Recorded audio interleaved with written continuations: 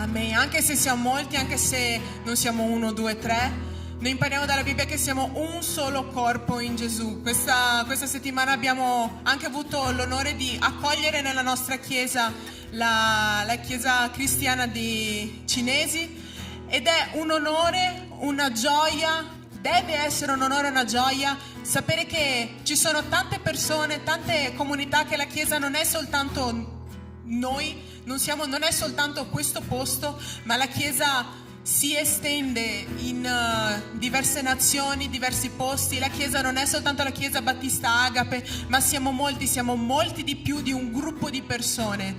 È il mondo, i cristiani sono in tutto il mondo, in questo momento possiamo unirci a lodare il nome del nostro Signore indipendentemente da se parliamo o no la stessa lingua, se abbiamo sì o meno i stessi pensieri, i stessi ragionamenti, che noi possiamo unirci in un solo canto, unirci in un solo Dio.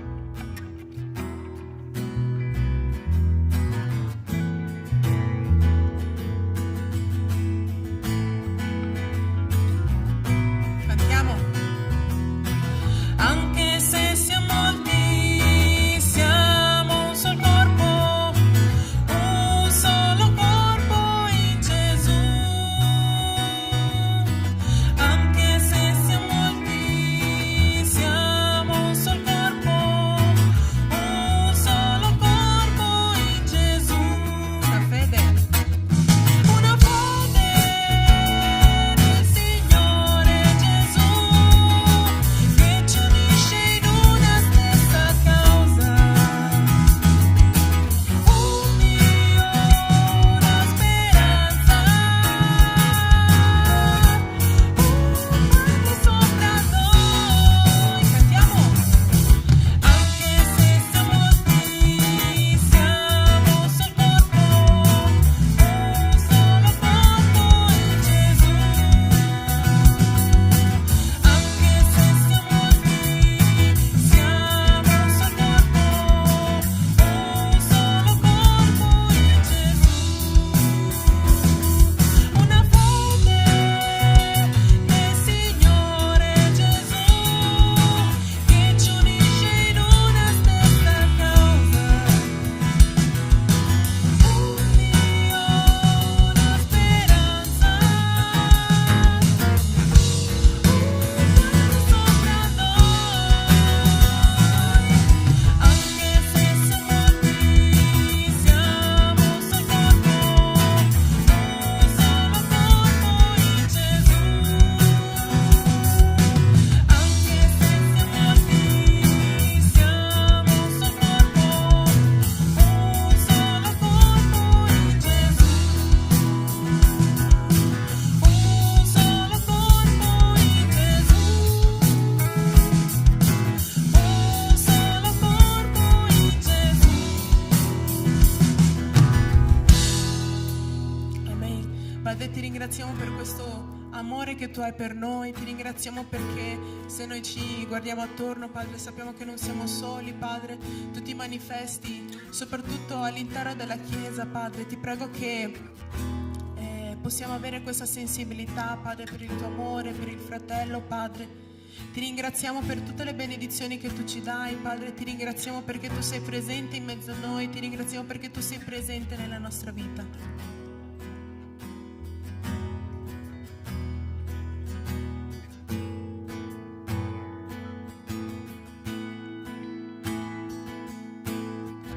Il fiume del tuo amor per me, dalle montagne al mare va. Il cuore apro a te, che guarigione e libertà mi dai. Io vivo nella verità, che ogni giorno gioia dà.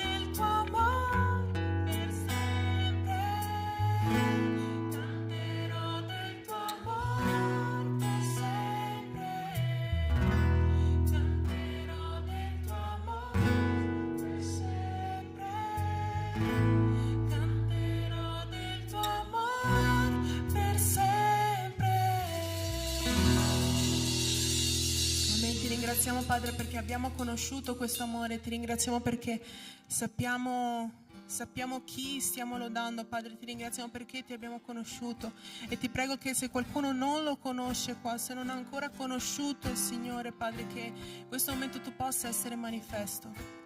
Ti ringraziamo, Padre, perché tu sei morto per noi in croce, Padre. Ti ringraziamo, Padre, perché questa mattina tu ci hai dato il respiro, tu ci hai dato modo di camminare, ci hai portato fino a qua, Padre. Ti ringraziamo questa mattina.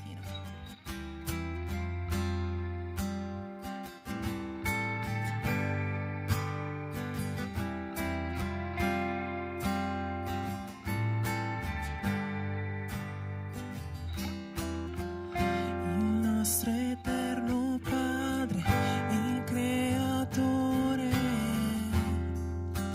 il Dio potente, dal suo Spirito nacque Cristo il Figlio suo, Gesù il Salvatore. Io credo in Dio Padre, io credo in Cristo il Figlio, credo nello Spirito Santo, che Dio tre in uno è, credo nella resurrezione, che risorgeremo ancora, perché io credo nel nome di Gesù.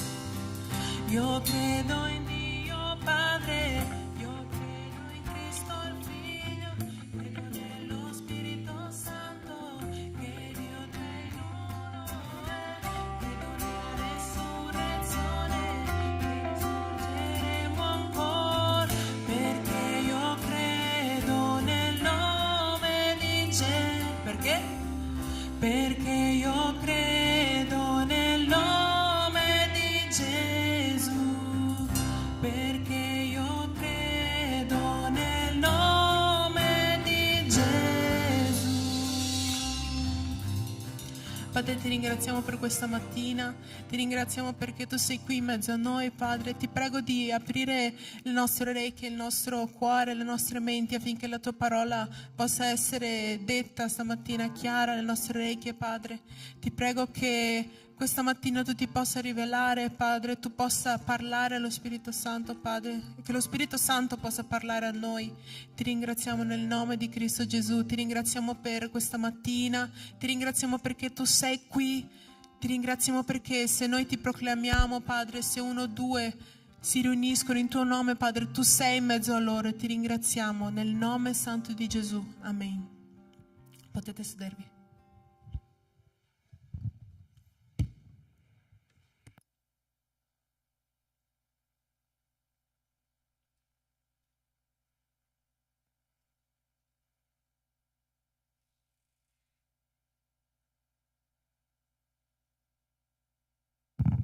Ok, buongiorno Chiesa, buona domenica. È un piacere essere qua, è un piacere lodare insieme il nome di Gesù e è bellissimo alzare la nostra lode assieme. Abbiamo cantato delle parole molto speciali, molto particolari, abbiamo cantato il credo, in chi noi crediamo. E questo è molto importante perché la predica di oggi avrà molto a che vedere con la Trinità, ma vorrei iniziarla in un modo un po' particolare. Chiedo a Christian e a Christopher di venire qua, che mi serve il loro aiuto.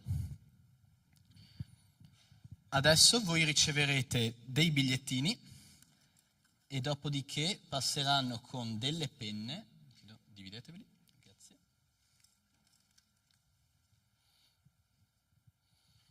Adesso vi do anche le penne. Restituite le penne a loro, per favore. Allora, la richiesta è abbastanza semplice. Voi riceverete ciascuno un bigliettino e dovete scrivere da un lato il vostro nome e cognome. Se avete 5 cognomi, scrivetene quanti ne volete, siete liberi su questo. Se avete 2 nomi, scriveteli tutti e 2. 3 nomi, scegliete voi. Battuta a parte, scrivete il vostro nome e cognome da un lato del foglietto e dall'altro lato una preghiera per voi, per la vostra vita, per qualcuno della vostra vita, una preghiera generale, per la Chiesa, per tutto quello che volete. Se avete già una penna usatela pure, se no prendetela dai ragazzi, poi vi chiedo la cortesia di restituirla e prendetevi, qualche secondo, qualche attimo per scrivere questa cosa, senza imbarazzo, senza vergogna, dopodiché potete tranquillamente dimenticarvi di questo biglietto fino alla fine del culto.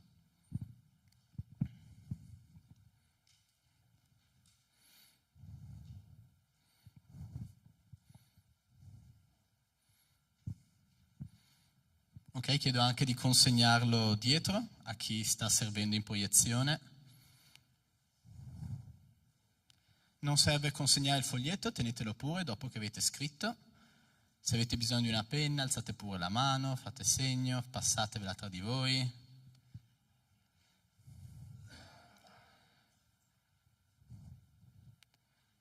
Perfetto, anche a chi sta arrivando adesso, consegnate per favore. Ottimo. Quindi, intanto, mentre voi scrivete, cominciamo con la nostra predica. È molto interessante che noi abbiamo appena cantato relativamente alla Trinità, perché è esattamente un argomento che ho avuto piacere di portarvi il mese scorso e che voglio continuare ad approfondire nella predica di oggi. Noi abbiamo parlato della Trinità e abbiamo parlato delle 2 nature di Cristo. Temi molto delicati, temi molto misteriosi. Sono temi che ci lasciano a bocca aperta, ci fanno meravigliare da quanto difficile da comprendere, impossibile da comprendere è il nostro grande Dio. Nella filosofia classica, quella di molti centinaia, migliaia di anni fa, si diceva che Dio, per essere Dio, non può essere compreso dagli uomini. Immaginate la vostra mente come una scatola e se Dio ci sta dentro quella scatola vuol dire che voi siete più grandi di Dio, quindi voi siete un Dio sopra Dio. Quindi perché Gesù, perché la Trinità sia effettivamente Dio, non può entrare nella scatola della nostra mente. Quindi è normale che nella nostra vita cristiana ci incontriamo con momenti di mistero, giusto? Vi sono capitate situazioni nella vostra vita in cui non avete capito perché Dio le abbia permesse? magari situazioni dolorose, magari cose che non capite della parola. Questo è perché Dio e ciò che Dio fa è oltre la nostra conoscenza. Noi sappiamo solo quello che Dio ha piacere di rivelarci. Abbiamo parlato dell'unità per sottolineare che il nostro Dio è un Dio di unità e un Dio di amore. È un Dio indiviso, è un Dio completo, un Dio fatto da 3 persone che sono chiamate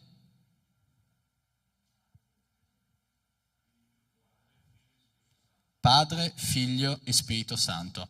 Ho le slide di supporto, chiedo di mandare l'immagine. Quindi, se è in latino, perché il latino è molto chic, fa molto intellettuale, quindi... Ok, quindi ripassando, il Padre è scritto in mezzo in latino, il Figlio è, lo Spirito Santo è, tutti quanti sono Dio. Quindi se qualcuno ti chiede Gesù è Dio, la risposta è, il Padre è Figlio, la risposta è, lo Spirito Santo è Dio, la risposta è, se qualcuno vi chiede ma quindi Gesù è lo Spirito Santo, la risposta è,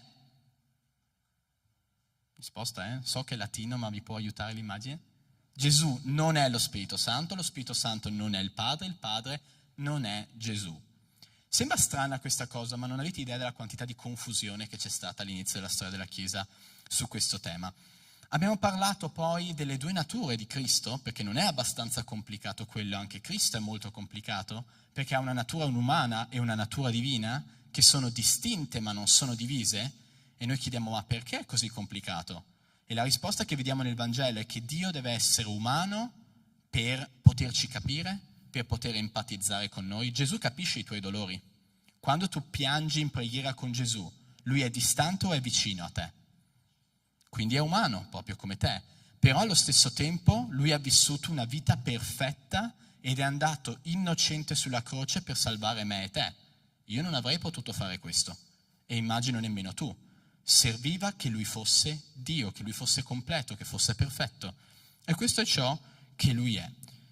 Abbiamo visto che con questo sacrificio Dio ci unisce a sé, lo Spirito Santo ci unisce a Cristo, perché viene detto nella parola che la Chiesa è il corpo di Cristo, giusto? Noi siamo il corpo di Cristo, anche quelli che non ci piacciono, anche quelli con cui noi litighiamo. Noi siamo uniti a Cristo, ma non siamo uniti individualmente, io da solo nel mio rapporto con Cristo, tu da solo con il tuo rapporto con Cristo. Cristo ci unisce tra di noi nella Chiesa e la Chiesa è unita a Lui. Quindi voglio ripartire da questo punto e leggeremo molto da Giovanni, dall'Apostolo Giovanni, e in particolare partiremo da una sua lettera, la prima lettera di Giovanni. Chiedo a Gabriel di mettere il testo base e leggiamo insieme. Prima Giovanni, capitolo 3. È verso la fine della Bibbia per chi c'è la cartacea. E iniziamo, dovremo saltare alcuni versetti, come vedete sono 1, 9, 18, 23, 24. Giovanni scrive: vedete quale amore ci ha manifestato il Padre, dandoci di essere chiamati figli di Dio, e tali siamo. Per questo il mondo non ci conosce, perché non ha conosciuto Lui. Chiunque è nato da Dio non persiste nel commettere peccato, perché il seme divino rimane in lui, e non può persistere nel peccare perché è nato da Dio. In questo si distinguono i figli di Dio dai figli del diavolo. Chiunque non pratica la giustizia non è da Dio, come pure chi non ama suo fratello. Poiché questo è il messaggio che avete udito fin dal principio, che ci amiamo gli uni gli altri. Non come Caino, che era del maligno e uccise il proprio fratello. Perché lo uccise? Perché le sue opere erano malvagie e quelle di suo fratello erano giuste. Non vi meravigliate, fratelli, se il mondo vi odia. Noi sappiamo che siamo passati dalla morte alla vita, perché amiamo i fratelli. Chi non ama rimane nella morte. Chiunque odia suo fratello è omicida, e voi sapete che nessun omicida possiede in se stesso la vita eterna. Da questo abbiamo conosciuto l'amore. Egli ha dato la sua vita per noi. Anche noi dobbiamo dare la nostra vita per i fratelli. Ma se qualcuno possiede dei beni in questo mondo e vede suo fratello nel bisogno e non ha pietà di lui, come potrebbe l'amore di Dio essere in lui? Figlioli, non amiamo a parole né con la lingua, ma con i fatti e in verità. Da questo conosceremo che siamo della verità e renderemo sicuri i nostri cuori davanti a Lui. 23. Questo è il suo comandamento, che crediamo nel nome del Figlio suo, Gesù Cristo, e ci amiamo gli uni gli altri secondo il comandamento che ci ha dato. Chi osserva i suoi comandamenti rimane in Dio, e Dio in lui. Da questo conosciamo che Egli rimane in noi, dallo Spirito che ci ha dato. Preghiamo insieme per continuare. Signore, ti ringrazio per questo momento, ti ringrazio per questo culto, per questa lode che abbiamo potuto alzare a te, Signore. Ti ringrazio per questa chiesa, ti ringrazio per i fratelli che ieri si sono uniti a noi qui. Ti ringrazio per tutti i cristiani sulla terra, Signore. Ti prego, Signore, che tu possa preparare i nostri cuori. Santo Spirito di Dio, rendi i nostri cuori terreni fertili, che questa parola possa essere seminata nei nostri cuori, che possa crescere e dare molto frutto. Rendi questa Chiesa unita nel corpo di Gesù, Signore. Questo te lo chiedo nel nome potente del tuo Figlio. Amen. Quindi, è molto interessante partire dalla Trinità, perché la Trinità è un po' la base di quello che crediamo, no? E la Trinità inizia da questa affermazione che divide i cristiani da tutto il resto dell'umanità. Gesù Cristo è Dio. L'abbiamo visto prima con il grafico della Trinità, chiedo di rimetterlo per favore. Gesù Cristo è Dio. Questa semplice frase ti aiuta a discernere chi è cristiano da chi non è cristiano. Se qualcuno non è in grado, non vuole dire Gesù Cristo è Dio, tu sai che tu e lui giocate per due squadre diverse, avete due magliette diverse addosso. Ma questa frase è stata molto dibattuta all'inizio della Chiesa. Che il Padre fosse Dio era chiaro a tutti, era chiamato nell'Antico Testamento, il Padre è Dio, il Signore, perfetto, buono. La Chiesa era subito d'accordo sul Padre. Ma il dibattito era sull'identità di Cristo. Nei primi concili hanno dovuto trovarsi, leggere le scritture, e come vedremo le scritture sono piuttosto chiare. Gesù non aveva imbarazzo a farsi chiamare Dio, non aveva imbarazzo a farsi lodare, e questo lo vedremo. Per lo Spirito Santo, poverino, lo riconoscevano che fosse Dio, ma non pensavano che fosse una persona. Dicevano che fosse una forza, che fosse un'energia, ma come noi sappiamo nelle lettere di Paolo, lui ci mette in guardia e ci dice non rattristate lo Spirito Santo. E la forza di gravità, per esempio, non si può rattristare, giusto? Lo Spirito Santo mostra personalità, mostra sentimenti, azioni nel Nuovo Testamento. E quindi hanno chiarito questa cosa qua. La Trinità però non è un'invenzione dei cristiani, non è una cosa che non esisteva nella Bibbia e noi abbiamo inchiodato la Bibbia dicendo ah sì, ma in realtà c'è sempre stata, perché veramente nelle scritture c'è sempre stata. E noi lo leggiamo dall'inizio del Vangelo di Giovanni. Il capitolo 1 del Vangelo di Giovanni, vi consiglio di tenere il dito là perché useremo tantissime delle parole di Giovanni tra Vangelo e lettere. E Giovanni inizia il suo Vangelo con uno dei passaggi più belli delle scritture, secondo me, e lui scrive: nel principio era la parola era con Dio, e la parola era Dio. Essa era nel principio con Dio. Ogni cosa è stata fatta per mezzo di lei, e senza di lei neppure una delle cose è stata fatta. In lei era la vita, e la vita era la luce degli uomini. La luce splende nelle tenebre, e le tenebre non l'hanno sopraffatta. E fin qua uno può dire, ok, di che cosa stiamo parlando? Chi è questa parola, il logos in greco? Ogni cosa è stata fatta per mezzo di questa parola.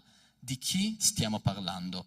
Voi già lo sapete, perché questa parola era la vita, questa parola era la luce, però era molto strano per le persone dell'epoca, perché le prime due parole sono nel principio, come in Genesi, giusto? E quindi lui parlava di qualcosa di eterno, qualcuno che è esistito eternamente. Ma Giovanni stesso lo spiega al versetto 14. E la parola è diventata carne e ha abitato per un tempo fra di noi, piena di grazia e verità. E noi abbiamo contemplato la sua gloria come di unigenito dal Padre. Qua è un pochino più chiaro di chi stiamo parlando, giusto? La parola è Gesù Cristo. La parola è Cristo. E quindi noi vediamo che nel principio c'era la parola, nel principio c'era Gesù. E quindi noi ci aspettiamo di vedere Gesù nell'Antico Testamento.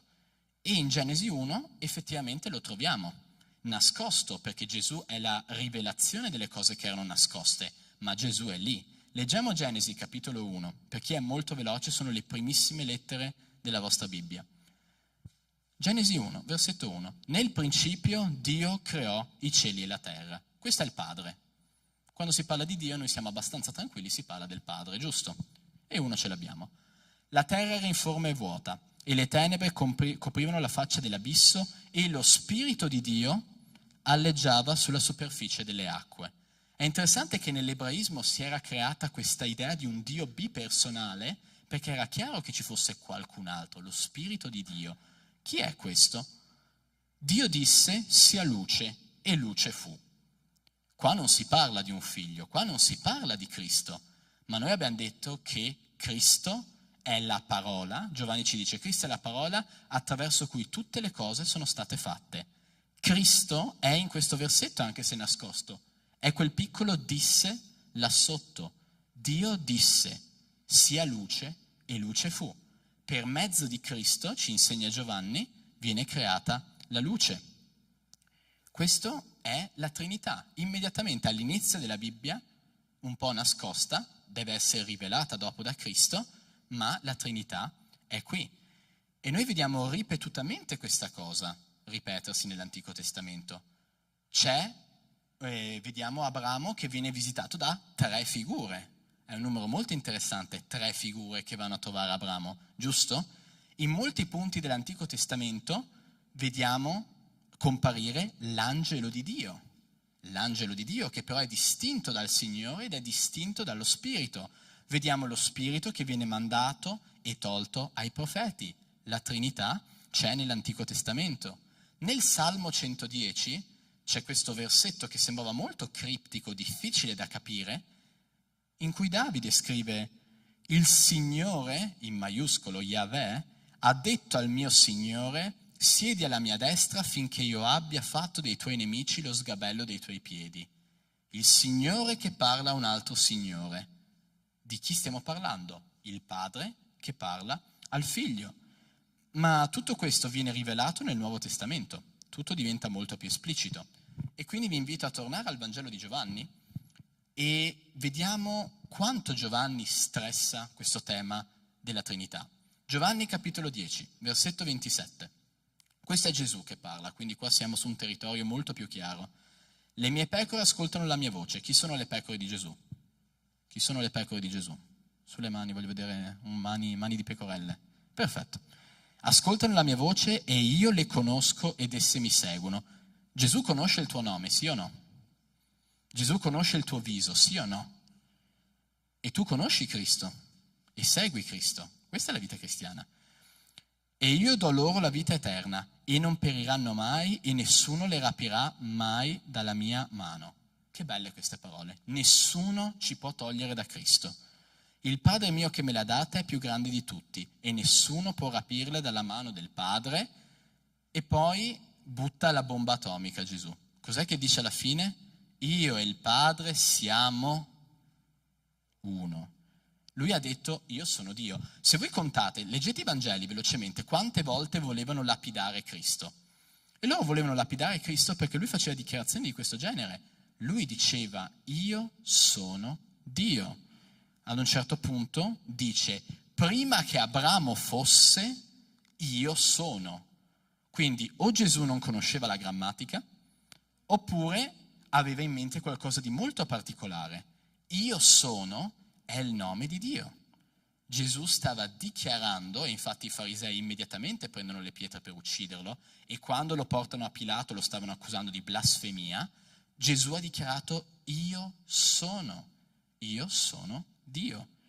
E Gesù parla anche dello Spirito Santo, quindi la Trinità vediamo che ci viene rivelata qui. Giovanni capitolo 14, qua vediamo il carattere di Gesù perché lui stava andando a morire, stava per essere ucciso e ha dedicato un sacco di tempo a prendersi cura degli apostoli, a prendersi cura del loro cuore, a dirgli di non avere paura. E lui dice, io pregherò il Padre ed egli vi darà un altro consolatore. Quindi il figlio, che è uno con il Padre, chiederà al Padre di darci un altro consolatore, siamo a 3, perché stia con voi per sempre. Lo Spirito della verità, che il mondo non può ricevere perché non lo vede e non lo conosce. Nel capitolo dopo lui dice di nuovo, ma quando sarà venuto il Consolatore, che io vi manderò da parte del Padre, 3 soggetti di nuovo, il Padre, sarà da parte del Padre, Gesù manda questo terzo soggetto, lo Spirito della verità che procede dal Padre, egli testimonierà di me. Anche voi mi renderete testimonianza perché siete stati con me fin dal principio. E dopodiché nel battesimo di Gesù abbiamo una teofania, si chiama, cioè fania vuol dire dimostrazione, Dio si fa vedere. E com'è che si fa vedere? Il figlio c'è, è lì fisicamente che viene battezzato. Il padre è la voce che parla dal cielo e dice questo è il mio amato, ascoltatelo, e lo Spirito Santo scende, si manifesta nella forma di una colomba. Questo è Dio che fa luci e suoni per dire io sono qua. Il ministero di Cristo ha inizio su questa terra. Ma che rapporto hanno le persone di questa Trinità? E qui è molto delicato come argomento. Andiamo a Giovanni capitolo 3. Qui è molto interessante perché Giovanni 3, dopo citeremo il versetto più famoso, Giovanni 3,16 naturalmente, ma ci vengono date informazioni molto importanti, perché qui parla Giovanni il Battista. Vi ricordate Giovanni il Battista? Noi prendiamo il nome, siamo battisti. Battute a parte. E versetto 34, Giovanni il Battista sta spiegando ai suoi discepoli perché devono smettere di seguire lui e iniziare a seguire Gesù. Perché colui che Dio ha mandato dice le parole di Dio. Dio infatti non dà lo Spirito con misura. Il Padre ama il Figlio e gli ha dato ogni cosa in mano. Quindi che relazione c'è tra il Padre e il Figlio? Una relazione di amore. Chi crede nel Figlio ha vita eterna. Chi invece rifiuta di credere al Figlio non vedrà la vita, ma l'ira di Dio rimane su di lui. Gesù stesso dice sempre nel Vangelo di Giovanni, capitolo 5, perché il Padre ama il Figlio e gli mostra tutto quello che fa. Giovanni 15,9. Come il Padre mi ha amato, così io ho amato voi. Dimorate nel mio amore. Giovanni 17. Io ho dato loro la gloria che tu hai data a me, affinché siano uno come siamo uno. Io in loro e tu in me, affinché siano perfetti nell'unità e affinché il mondo conosca che tu mi hai mandato e che li ami come hai amato me. Io ho fatto conoscere il tuo nome e lo farò conoscere affinché l'amore del quale tu mi hai amato sia in loro e io in loro. Noi abbiamo visto al campeggio dei bambini il frutto dello Spirito Santo e penso che molti di noi lo conoscano a memoria. Il primo aspetto del frutto dello Spirito è l'amore. Lo Spirito Santo è amore. E quindi noi vediamo che questo tema dell'amore unisce l'intera Trinità, è una relazione d'amore. Le persone della Trinità si amano tra di loro perché, come Giovanni dice in una delle sue lettere, Dio è amore. Dio è l'amore con la A maiuscola.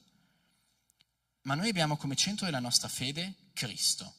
Non perché Lui è superiore al Padre, non perché Lui sia superiore allo Spirito Santo, ma perché, come abbiamo detto prima, è Dio che è diventato carne perché noi potessimo empatizzare con Lui, perché Lui fosse simile a noi, perché portasse dolori simili ai nostri e avesse tentazioni come quelle che riceviamo noi. Per questo noi crediamo in Cristo, per questo noi ci chiamiamo cristiani, perché Cristo è il nostro Dio che diventa come noi per prendere i nostri pesi. Noi gli diamo lo schifo che siamo e riceviamo la gloria che Lui è. La nostra fede in Cristo e in quello che Lui ha fatto sulla croce nella sua vita è essenziale per la vita cristiana. Prima lettera di Giovanni, capitolo 2, versetto 22. Chi è il bugiardo se non colui che nega che Gesù è il Cristo? Egli è l'anticristo che nega il Padre e il Figlio. Chiunque nega il Figlio non ha neppure il Padre. Chi riconosce pubblicamente il Figlio ha anche il Padre. Volete un test per vedere chi è cristiano e chi no? Chiedeteli chi è Cristo. Chiedeteli chi è. Se la risposta è Gesù Cristo è Dio, morto per noi, per salvarci dal peccato, è il nostro Signore, quello è un cristiano. Se la sua risposta è diversa, probabilmente non lo è. Abbiamo visto una dottrina molto preziosa il mese scorso che è l'unità in Cristo. Tutto ciò di bello che abbiamo nella nostra vita cristiana è per il fatto che noi veniamo connessi a Cristo, noi veniamo uniti a Cristo dallo Spirito Santo e questo ci dà i meravigliosi privilegi di essere cristiani. E vedremo un solo passaggio su questo, ma poi vedremo, leggendo dai passaggi di Giovanni, che l'idea che siamo in Cristo, in Dio, in Lui, viene ripetuta tantissime volte. Vi invito davvero a prendere il vostro testamento e il Nuovo Testamento e cerchiare o evidenziare tutte le volte che viene detto in Cristo, in Dio, in Lui, con Lui. Noi siamo uniti a Cristo, ma leggiamo un passaggio emblematico in Romani capitolo 6. Questo è Paolo che scrive, molto famoso questo passaggio. Che diremo dunque? Rimarremo forse nel peccato affinché la grazia abbondi? No, di certo. Noi che siamo morti al peccato, come vivremo ancora in esso? O ignorate forse che tutti noi che siamo stati battezzati in Cristo Gesù, siamo stati battezzati nella sua morte? Siamo dunque stati sepolti con Lui mediante il battesimo nella sua morte, affinché, come Cristo è stato risuscitato dai morti, mediante la gloria del Padre, così anche noi camminassimo in novità di vita. Perché se siamo stati totalmente uniti a Lui in una morte simile alla sua, lo saremo anche in una resurrezione simile alla sua. Non so qual è la vostra impressione, ma a me sembra che totalmente uniti sia un'espressione molto forte. Noi siamo totalmente uniti a Cristo. Il battesimo simboleggia questo. Con la nostra conversione il vecchio me muore nella croce con Cristo e dalla tomba sorge Cristo e insieme a Cristo sorge il nuovo me, il me unito a Cristo. Il me che qua alle porte del paradiso può indicare Cristo e dire io sono amico suo, sono con lui e mi lasciano entrare per questo. Passiamo quindi alla seconda parte di questa predica, perché ho voluto chiarire chi il nostro Dio è. Ogni volta nella nostra vita cristiana dobbiamo tornare all'identità di Dio, perché noi siamo uniti a Lui, dobbiamo avere molto chiaro chi è il nostro Dio. Questo deve essere ben ferma come verità sotto i nostri piedi e nella nostra mente. E noi vediamo che questo Dio ci ha amati in un modo infinito. E la domanda che ti faccio, hai mai dubitato dell'amore di Dio? Ti è mai capitato di ricevere una situazione nella tua vita o leggere una notizia da qualche parte o vedere qualcosa avvenire a qualcuno e chiederti, ma se Dio mi ama, com'è possibile che sia accaduta una cosa del genere? Non è facile l'esperienza umana e non ti biasimo se hai avuto dubbi di questo genere. È capitato anche a me, è capitato a tutti noi. Il nostro dolore e la cattiveria del mondo attorno a noi che vediamo ci spaventano, ci confondono, ma in questi momenti di dolore e sconforto noi dobbiamo appenderci alle promesse di Dio, dipendere dalle promesse di Dio.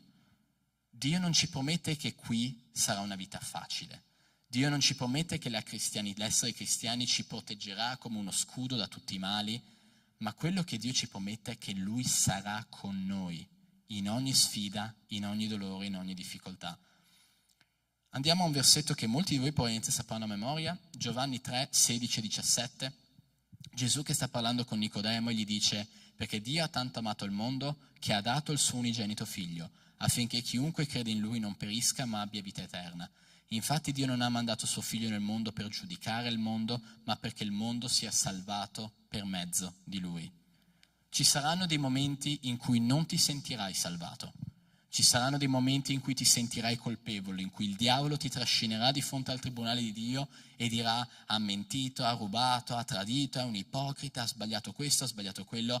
Il diavolo ti ricorda costantemente il tuo passato. Guardo soprattutto a chi è più anziano di me, ci sono molti più anni di accuse che il diavolo ti può fare, vero? Ma tu puoi indicare queste promesse, aprire la Bibbia e dire: qui c'è scritto che Gesù è venuto per me, per darmi la vita eterna.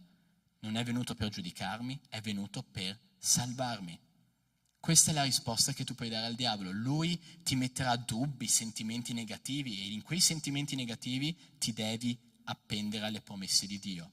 La salvezza non è un sentimento, la salvezza è un'azione e Gesù l'ha fatta. Tu devi solo accettarla e credere.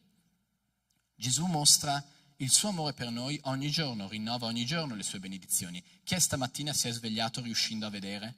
Io riesco a vedere, riesco a sentire, riesco a camminare. La mia macchina non si è rotta venendo qua. Un sacco di benedizioni, tutte che vengono da Dio. Romani capitolo 5. Ora la speranza non delude, perché l'amore di Dio è stato sparso nei nostri cuori mediante lo Spirito Santo che ci è stato dato. Infatti, Mentre noi eravamo ancora senza forza, Cristo a suo tempo è morto per gli empi. Difficilmente uno morirebbe per un giusto, ma forse per una persona buona qualcuno avrebbe il coraggio di morire. Dio invece mostra la grandezza del proprio amore per noi in questo, che mentre eravamo ancora peccatori, Cristo è morto per noi. È molto interessante questa piega del discorso biblico. Perché Dio ci ha amato? Perché è importante che Cristo ci ha amato? E noi, è bello che abbiamo ricevuto la grazia, no? È bellissima la grazia. Wow, non devo fare niente, tra virgolette, e sono salvato. Posso riposare sereno e avere in pace. Sono in Gesù. E questo voglio ripeterlo molto chiaramente, perché lo vediamo continuamente nella Bibbia, che c'è sempre un falso profeta che cerca di riportarci alle opere. Tu puoi riposare in Cristo e nelle sue promesse. Se hai fede in Lui, tutte le colpe del tuo passato sono state pagate, tutte le colpe del tuo presente e del tuo futuro. Non devi avere fiducia nelle tue capacità, devi guardare alla croce di Cristo e dire: questo è stato fatto, è successo, io sono stato salvato e ogni giorno Cristo mi salva, ogni giorno io sono unito a Cristo, ogni giorno io cammino con Cristo. E Cristo l'ha detto prima: io non ti perderò. Cammina con Cristo e niente e nessuno ti potrà togliere da Lui. Ma nella vita pratica, che cosa vuol dire questo? Ok, io sono stato salvato, è meraviglioso, lode a Dio, alzo le mie mani al cielo e ringrazio per questa meravigliosa salvezza. Poi mi giro verso Cristo e gli chiedo: ma allora, che cosa devo fare? Cosa devo fare io? Tu mi nutri, mi proteggi, mi doni salute, che cosa devo fare? Prima lettera di Giovanni 4,19. Qui vediamo, ogni volta noi pensiamo: ma noi sappiamo amare, io sono uno che ama molto, sono una brava persona. Giovanni ci rivela: noi amiamo perché Egli ci ha amati per primo. Noi amiamo perché Cristo ci ha amati per primo. La nostra capacità di amare, tutto ciò che siamo, viene dal Creatore. Gesù mi ama, quindi io posso amare.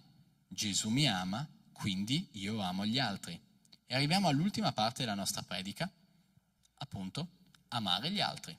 Torniamo al brano iniziale, prima lettera di Giovanni, capitolo 3, non mi sono dimenticato che siamo partiti da là. Giovanni, io vi invito a leggere la lettera di Giovanni, è molto breve, sono 5 capitoli, se potete leggetela oggi pomeriggio. Giovanni ripete molto spesso gli stessi punti e sono dei punti meravigliosi. Prima Giovanni 3,1. Vedete quale amore ci ha manifestato il Padre, dandoci di essere chiamati figli di Dio. E tali siamo. Per questo il mondo non ci conosce, perché non ha conosciuto Lui. Noi siamo figli di Dio. Chi ha figli qua dentro? Sulle mani i genitori, sulle mani belle alte i genitori. Potete chiedere, chi non è genitore, potete chiedere a loro che cosa farebbero per i loro figli. Se vi farete tagliare una mano per loro, se morireste per loro. Molti genitori, quasi tutti, direbbero: sì, sono pronto a morire per i miei figli. E noi siamo figli di Dio. Dio è stato pronto a morire per noi? Sì. Dio, il nostro Dio Gesù Cristo, è andato sulla croce per noi. E ora siamo figli, siamo adottati, siamo protetti, siamo parte di una famiglia. Siamo uniti a Cristo in un solo battesimo di morte e di resurrezione, come ha scritto Paolo prima. Continuiamo a leggere prima Giovanni 3. Versetti 9 e 10. Chiunque è nato da Dio non persiste nel commettere peccato, perché il seme divino rimane in lui, e non può persistere nel peccato perché è nato da Dio. In questo si distinguono i figli di Dio dai figli del diavolo. Da questo, versetto 16, abbiamo conosciuto l'amore. Egli ha dato la sua vita per noi. Anche noi dobbiamo dare la nostra vita per i fratelli. Ma se qualcuno possiede dei beni in questo mondo e vede il suo fratello nel bisogno e non ha pietà di lui, come potrebbe essere l'amore di Dio in lui? Versetto 18. Figlioli, non amiamo a parole né con la lingua, ma con i fatti e in verità. Da questo conosceremo che siamo della verità e renderemo sicuri i nostri cuori davanti a Lui. Questo è il suo comandamento, versetto 23, che crediamo nel nome del Figlio suo, Gesù Cristo, e ci amiamo gli uni e gli altri secondo il comandamento che ci ha dato. Chi osserva i suoi comandamenti rimane in Dio e Dio in lui. Da questo conosciamo che Egli rimane in noi, dallo Spirito che ci ha dato. Questo tema vediamo che torna continuamente negli scritti di Giovanni. È una sequenza. Gesù dice, io faccio tutto quello che vedo fare dal Padre, no? Noi, in modo simile, facciamo quello che Dio ci permette di fare. Io sono in grado di amare perché Cristo mi ha amato.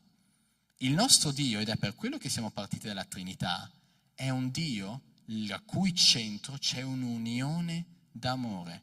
L'amore è al nucleo del nostro Dio, l'unità è il nucleo, il centro del nostro Dio, quello in cui noi crediamo. E noi, come Chiesa, attraverso la salvezza di Cristo, veniamo, dirò una parola forte, pronti? Misticamente uniti a questa Trinità. Noi possiamo condividere, attingere, essere parte di questo amore inconcepibile. Una metafora che mi piace molto usare è quella di un secchiello. Chi è andato al mare ha visto i bambini prendere il secchiello e tutti i bambini provano a mettere il mare dentro il secchiello, ma falliscono. Noi non possiamo comprendere Dio, noi siamo quel piccolo secchiello di fronte all'oceano dell'amore di Dio, ma noi siamo chiamati a partecipare, noi siamo immersi in questa unione, ma questa è la cosa importante, non siamo da soli, non è che Dio ha fornito a ciascuno di noi la sua piccola piscinetta e ha messo una quantità di acqua per ciascuno, ognuno isolato nel suo piccolo stagno di amore con Dio. L'amore di Dio è un oceano infinito e tutti i cristiani sono immersi nello stesso oceano. Cristo ti ha amato, Cristo ti ama, Cristo ti amerà per sempre e quello che Cristo ti sta dicendo è nel modo in cui io ti ho amato, tu ama il tuo fratello. Giovanni capitolo 13, versetto 34. Io vi do un nuovo comandamento, che vi amiate gli uni gli altri. Come io vi amati, anche voi amatevi gli uni per gli altri. Da questo conosceranno tutti che siete miei discepoli, se avete amore gli uni per gli altri. Vogliamo testimoniare di Cristo? Vogliamo evangelizzare le persone? Vogliamo portare questa speranza al resto del mondo? Amiamo i nostri fratelli, amiamo i cristiani, amiamo la Chiesa, tutta la Chiesa, perché noi facciamo differenze di denominazioni, di luoghi, ma loro sono un altro tipo di battisti, ma loro sono cattolici, ma questi sono ortodossi, io non ho nulla a che fare con loro. La Chiesa è una, la Chiesa invisibile diffusa su tutta la terra è una. Noi guardiamo al colore della pelle, noi guardiamo la lingua parlata, noi guardiamo a dove sei nato, quanto ricco sei. Gesù guarda oltre a questo, ha unito una Chiesa globale e noi dobbiamo amare questa Chiesa. E da questo amore le persone ci guarderanno e diranno: ma chi sei tu che ti comporti in un modo così alieno? Amiamo e diffondiamo la Chiesa. Giovanni, il capitolo successivo, il Giovanni 14, versetto 15, Gesù dice: se voi mi amate, osserverete i miei comandamenti. Chi ha i miei comandamenti e li osserva, quello mi ama. E chi mi ama sarà amato dal Padre mio, e io lo amerò e mi manifesterò a lui. Gesù rispose a un apostolo che aveva fatto una domanda: se uno mi ama, osserverà la mia parola, e il Padre mio l'amerà, e noi verremo da lui e dimoreremo presso di lui. Chi non mi ama non osserva le mie parole, e la parola che voi udite non è mia, ma è del Padre che mi ha mandato. Quindi, se noi crediamo in Cristo, se noi amiamo come Cristo ama, Cristo vive in noi. Lo Spirito Santo viene in noi e noi siamo in Cristo. È un'unione profondissima. Vi lascio solo immaginare che come immagine di questa unione tra la Chiesa e Cristo, Dio ci ha dato il matrimonio. Il matrimonio è un'unione molto forte ed è solo un'immagine molto pallida del rapporto che c'è tra Cristo e la Chiesa. Cristo non ci tradirà mai, è il nostro sposo. Ma quindi come possiamo amare? Andiamo al pratico. Come amo? Che cosa Gesù vuole che io faccia? Lasciamo Gesù stesso rispondere. Giovanni capitolo 13, versetto 12. Quando dunque ebbe loro lavato i piedi ed ebbe ripreso le sue vesti, si mise di nuovo a tavola e disse loro: capite quello che vi ho fatto? Voi mi chiamate maestro e signore, e dite bene, perché lo sono. Se dunque io, che sono il Signore e il Maestro, vi ho lavato i piedi, anche voi dovete lavare i piedi gli uni agli altri. Infatti vi ho dato un esempio affinché voi facciate come vi ho fatto io. In verità vi dico che il servo non è maggiore del suo Signore, né il messaggero è maggiore di colui che l'ha mandato. Se sapete queste cose, siete beati se le fate. Un servizio umile, lavare i piedi sporchi dei nostri fratelli. Io lo chiedo ogni volta, sapete chi c'era a quel tavolo? A chi Gesù ha lavato i piedi? C'era Giuda. E non c'era solo Giuda, c'era anche Pietro. Tu laveresti i piedi a qualcuno che ti tradirà qualche ora dopo? Che ti farà uccidere qualche ora dopo? Tu laveresti i piedi a un tuo amico che dice io ti proteggerò fino alla fine e appena le cose fanno difficili scappa via e giura e dichiara di non conoscerti? Questo è l'amore di Cristo, un amore infinito verso cui noi dobbiamo cercare di tendere. Leggiamo poi altre considerazioni sull'amore dai versetti più famosi che parlano di amore nella Bibbia. Prima Corinzi capitolo 13. L'amore è paziente, è benevolo, l'amore non invidia, non si vanta, non si gonfia, non si comporta in maniera sconveniente, non cerca il proprio interesse, non si inasprisce, non addebita il male, non gode dell'ingiustizia, ma gioisce con la verità. Soffre ogni cosa, crede ogni cosa, spera ogni cosa, sopporta ogni cosa. L'amore non verrà mai meno. Ogni cosa si intende in ogni situazione, in ogni tempo. Questo è come dobbiamo comportarci noi. Devi essere paziente, benevolo, non avere invidia, non vantarti, non gonfiarti, non comportarti in modo sconveniente, non cercare il tuo interesse, non inasprirti, non addebitare il male, non godere dell'ingiustizia, gioisci nella verità, soffri insieme alle persone, credi a quello che Dio dice, spera in Dio e sopporta le situazioni.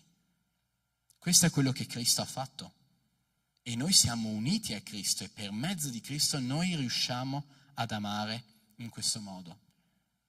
Vuoi amare i tuoi fratelli? Vuoi essere la fonte di acqua viva che Cristo ha voluto che tu fossi, che Cristo vuole che tu sia?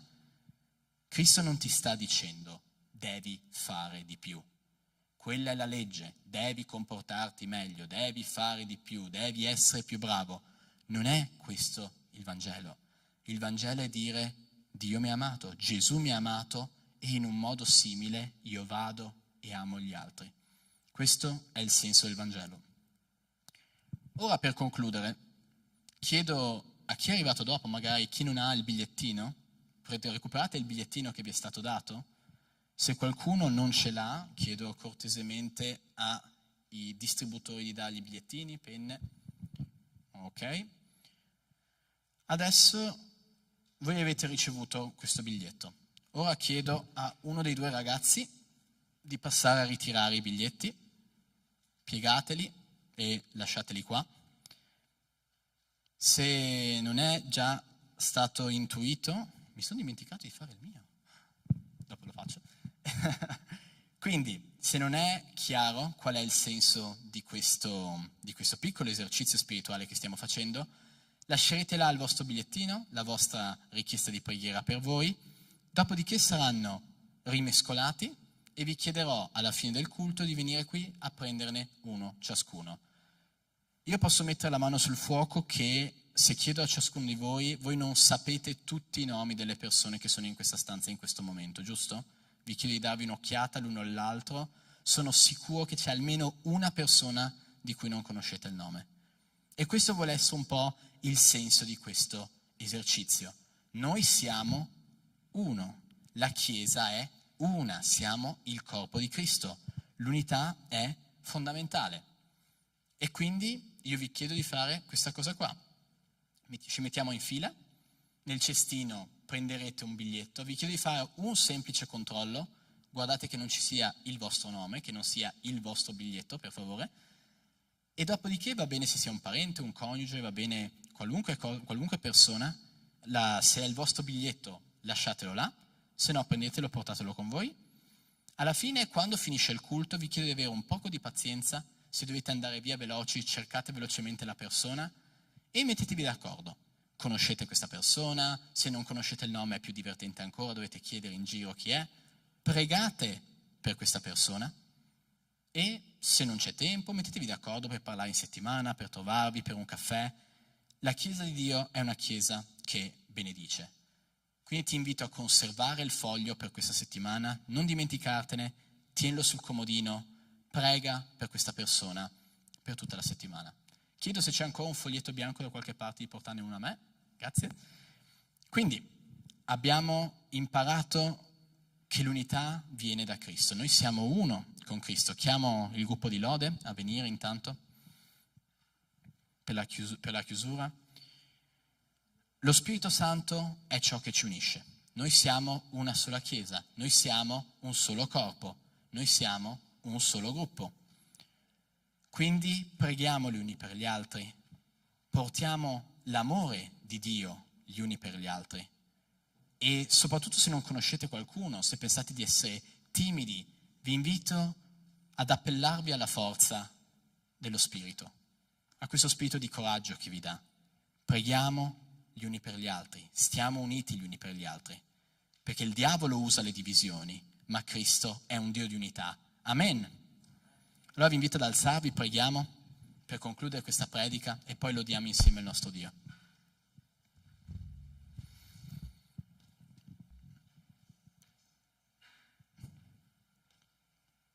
Dio, Padre, Figlio e Spirito Santo, io ti ringrazio per quello che hai fatto questa mattina in questa chiesa. Ti ringrazio, Signore, per quello che fai ogni giorno nelle nostre vite. Ti ringrazio per quello che fai ogni giorno per tutti i nostri fratelli sparsi sulla terra, Signore. Ti ringrazio perché tu ci hai reso uno in Gesù. Cristo, io ti ringrazio perché tu ci hai unito a te nel tuo sacrificio e nella tua resurrezione, Signore. Gesù Cristo, tu sei il mio Dio. Io credo in te. E ti prego, Cristo, che tu possa mantenere unita questa Chiesa, che questa Chiesa possa sempre fare affidamento su di te. Ti prego che ciascuno dei miei fratelli che cade nella disperazione o che viene attaccato dalle bugie del demonio possa, Signore, alzare gli occhi alla tua croce e avere la certezza che tu l'hai salvato, Signore. Rendi unita questa Chiesa, Signore. Proteggici e mandaci nel mondo, che possiamo fare discepoli e riempire questa Chiesa, Signore, e portare sempre più persone nel tuo regno. Questo lo chiedo nel nome di Gesù. Amen. Bene, lo diamo insieme e poi ci sarà il momento degli annunci e il momento di pregare gli uni per gli altri.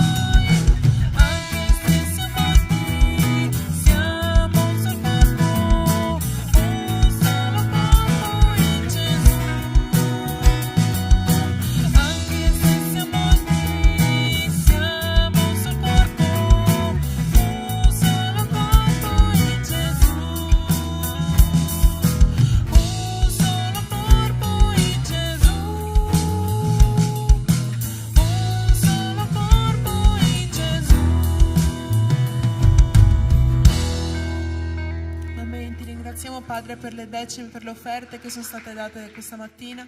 Ti ringraziamo per la tua parola, Padre. Ti prego che noi possiamo vivere in un solo corpo, Padre, essere tutt'uno in te, Padre, nel nome santo di Gesù. Amen. Potete sedervi.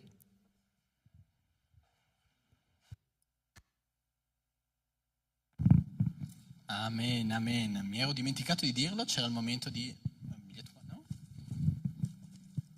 Momento di decime offerte, quindi se avete piacere di donare per il Signore, fate pure, qua nelle cassette, qui alla mia destra e alla sinistra. Chiedo cortesemente di ridare le penne, perché sono della scuola domenicale, le ho chieste in prestito. E momento di avvisi, momento di annunci, poi faremo questo momento. Se qualcuno non ha dato il biglietto, non l'ha fatto, vi invito ad alzare le mani, vi diamo pure tutto il necessario. Ok, avvisi. Domani c'è l'incontro degli uomini, i guerrieri, incontro degli uomini qui alle ore 8. Mi raccomando, venite numerosi, giovani, anziani, padri, non padri, venite. È un'occasione molto importante per darsi consolazione, ispirazione, è molto importante soprattutto per i giovani, alzare gli occhi verso quelli più anziani, imparare da loro, e per gli anziani di guardare verso i giovani e motivarsi per andare avanti. Altri avvisi? Convegno delle coppie dal 21 al 23 novembre, quindi se siete una coppia sposata e non vi siete ancora iscritti, iscrivetevi immediatamente. Potete parlare a Pastor Caio, potete parlare a qualunque delle coppie sposate per maggiori informazioni. Altri avvisi? Perfetto, c'è il compleanno dell'Aga Move. Se ci fosse un sacco di giovani sentirete ieri c'era un molto forte. Quindi sabato 27 settembre, ore 18:30, diffondete la notizia, culto giovani per adolescenti, preadolescenti e gioventù tutta. Quindi se avete vicini, conoscenti, parenti che sono di questa fascia d'età, invitateli, ditegli di portare un amico, un nemico, chiunque vogliano, che possiamo riempire la sala nera di là e parlare della parola di Dio alle gioventù. Prossimo annuncio. A posto così? Bene, vi ricordo che abbiamo tanti ministeri nella nostra chiesa, tante necessità. È bello avere una messe grande, ma Dio ci dice che abbiamo anche pochi operai, quindi fatevi avanti se avete talenti, se avete capacità, se vi piace lavorare con i bambini, se vi piace la musica, se vi piace accogliere le persone, e ricordate che tutti noi abbiamo ministero di condividere la parola con tutti quelli che conosciamo. Dopodiché, un ringraziamento speciale, abbiamo avuto la comunità cinese di Venezia ieri qua, inizieremo a collaborare con loro, quindi li vedrete più spesso. È sempre bello unirsi a persone di culture diverse che vengono da una parte del mondo radicalmente diversa da quella che conosciamo noi, e quindi possiamo ringraziare Dio per questo. Ora facciamo una preghiera finale per concludere per la nostra settimana, vi invito ad alzarvi e dopodiché vi invito a mettervi in fila, a ricevere qua un biglietto, cercate la persona, parlate con lei, non scappate subito, il pranzo non diventerà freddo, le prenotazioni si possono spostare. Preghiamo insieme al nostro Dio. Signore, io ti ringrazio per questo culto, Signore, ti ringrazio per la parola che ci hai dato, ti ringrazio per questa comunità meravigliosa di cui ci hai reso parte, Signore. Io ti chiedo, Signore, di benedire la nostra settimana, ti prego che tu possa proteggere i nostri spostamenti, che tu possa proteggere le nostre famiglie, Signore, proteggi i nostri lavori, rinnova le tue benedizioni su di te, Signore, che noi possiamo camminare nella tua parola ogni giorno. Ti prego di ascoltare le nostre preghiere, ti prego, Signore, di affondare sempre più a fondo nel nostro cuore, Signore. Rendi questa Chiesa più unita, più amorevole, nel nome di Gesù. Il Signore vi benedica. Amen. Una buona settimana e ci vediamo qua davanti e voglio vedere il bel gruppo di persone che si insegue per pregare gli uni per gli altri. Dio vi benedica.